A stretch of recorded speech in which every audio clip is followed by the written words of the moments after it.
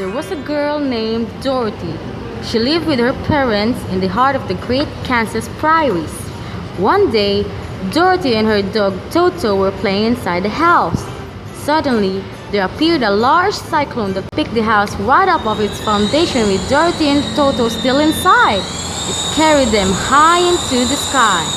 After several days, the house landed with a crash. Dorothy walked to the door and much to her surprise, she was in a strange land. Standing before her was a crowd of little people. They were colorfully dressed. The little people seemed very happy to see Dorothy, who now spoke to their leader. I'm the Munchkin Mayor. We'd like to thank you for killing the wicked witch. What do you mean? I haven't killed anyone. The mayor pointed to the corner of the house, and there, sticking out from under the large beam, were 2 feet in red shoes. House landed on top of the witch. The Munchkins explained that they had been the witch's slave for many years. Today, however, Dorothy had rid them of the witch, and they were at last set free from her evil spell. Then the leader presented Dorothy with the red shoes that the wicked witch was wearing. These shoes are yours now. I'm not sure, but I've heard they're magical. Dorothy thanked him and put the shoes on. They fit her perfectly. Then she asked the crowd if they knew how she could get back to Kansas. Since no one had ever heard of Kansas, they could not answer her question. But the Munchkin Mayor had a wonderful idea. Dorothy of the great wizard who lived in the city of Emerald, and how he performed magic with his great powers. When Dorothy asked how she could find the city of Emerald, the Munchkin Mayor answered by telling her to Follow the yellow brick road. The crowd led Dorothy to the road paved with yellow bricks. She turned to wave goodbye and skipped happily down the road, carrying Toto in her arms. After she had traveled for several miles, Dorothy stopped to rest. Next to the cornfield, not far away, was a scarecrow. It had been placed on a pole to frighten away the birds. At that moment, Dorothy heard a voice. Hello! Dorothy was surprised and turned towards the scarecrow. Did you speak? Yes, how do you do? They introduced themselves, and the scarecrow explained that he had been stuffed with straw and had no brains and wished for some.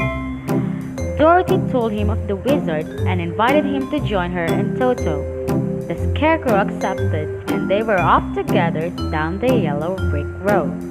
Soon they came to a patch of trees, and as they walked by, they heard a noise.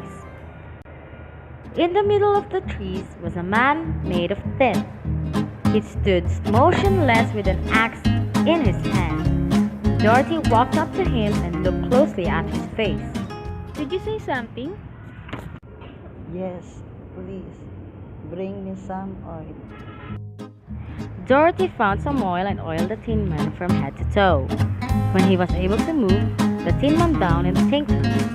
He explained that he had been out chopping down trees some time ago when it suddenly started to rain.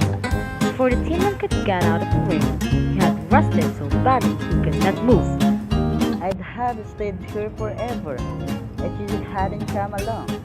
Say, what are you doing here?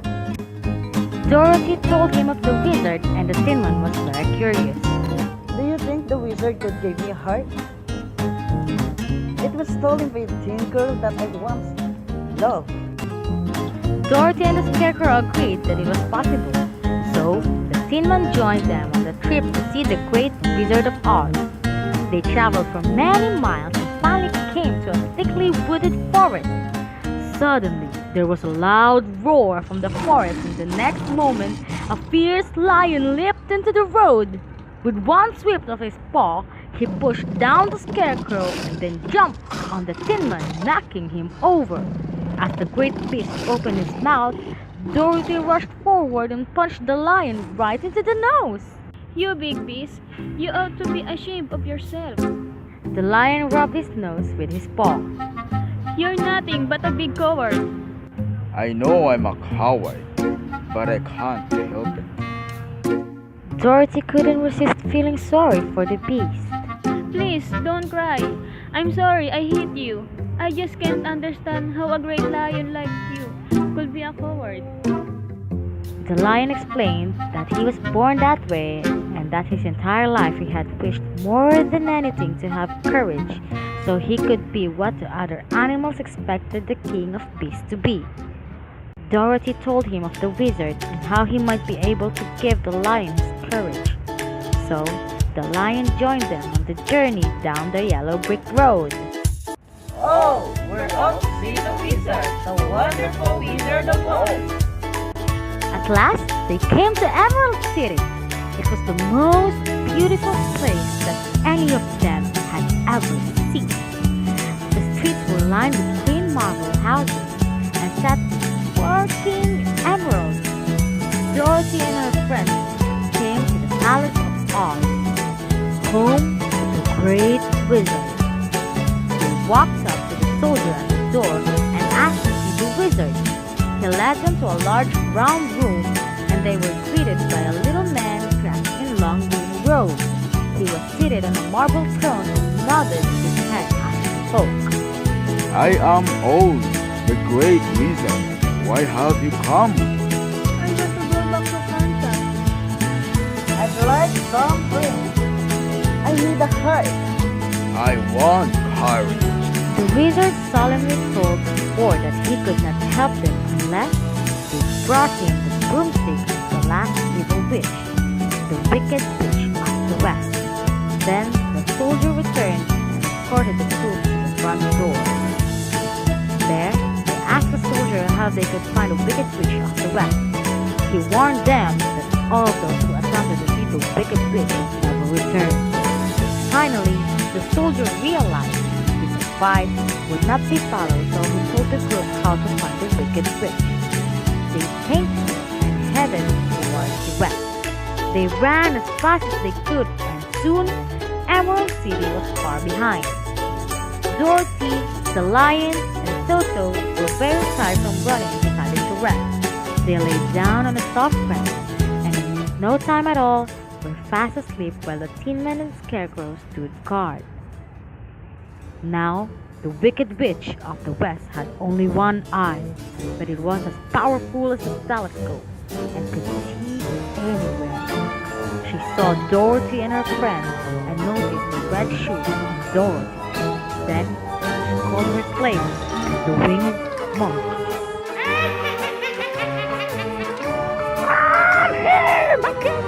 Catch the girl and bring her here! I want her made The winged monkeys took to the sky. There were so many of them that the sky was darkened as they flew towards Dorothy and her friends. The Tin Man was the first to see them. The winged monkeys! Quick, run and hide! But it was too late. Suddenly, the monkeys were upon them. The lion, the scarecrow, and the Tin Man fought a fierce battle, but it was no use. There were too many monkeys. Finally, the monkeys picked up Dorothy, who was holding Toto in her arms, and flew back to the castle. The wicked witch was waiting when they arrived. Grab me, those shoes! No, they're mine. The witch had her slaves hold Dorothy while she tried to remove the shoes, but they would not come off. The witch realized that since they were magic shoes, they could only be removed if Dorothy wished them to be. If you don't give me your shoes, I'll kill you! The witch reached for Toto, who immediately bit her on the hand. Ouch! You'll pay for this, you bad dog! I'll be back in 1 hour! If you don't give me those shoes, I'll kill you now! 1 hour passed and the witch returned.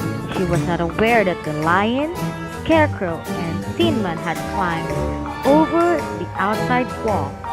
Once again, the witch asked for the shoes. Dorothy refused. The witch slaves were about to reach for Toto when the lion sprang through the window with a great roar. The witch pointed at the lion. Grab him!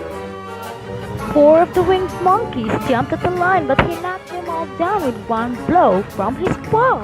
The witch grabbed a torch from the wall and was about to set the lion's bushy tail on fire when Dorothy grabbed a pail of water nearby and threw it on the witch. Instantly, the woman gave a loud cry and began to shrink away. Soon, the witch was gone. The creatures of the castle were happy because they were finally set free from the witch's spell. Dorothy spotted the witch's broom on the floor and picked it up. Dorothy and her friends said farewell to the creatures of the castle and then returned to the Wizard of Oz. When they were once again in the great room, the wizard spoke to them. I'm happy to see you. Do you have the witch broom? Yes, great wizard. Not only do we have the broom, we've killed the wicked witch. They were surprised to see the little man climb down from his throne and joyously dance around. The news of the wicked witch's death quickly spread throughout the Emerald City, and there was a great merriment and rejoicing. The wizard called Dorothy and her friends in to grant their wishes. First, he took the scarecrow and filled his head with pins and needles. This will make you sharp. Next, he took a heart-shaped cloth from his bag and placed it inside the Tin Man. Now you have a heart. Then the wizard had the lion drink a saucer of sour-tasting green liquid. You were brave to drink that. It's what I call real courage. Finally came Dorothy's turn. Oz smiled as he spoke to her. You could have gone back home a long time ago if you knew the magic you had. What do you mean? Those race shoes will take you home. All you need to do is to click your heels together 3 times. Dorothy cried as she kissed her friends goodbye. Then she picked up Toto and clicked the heels of her shoes together 3 times. Take me back to Kansas. Quickly, Dorothy was back home. Dorothy was glad to be back with her parents, but realized that she would never be able to forget her wonderful adventures in the land of Oz.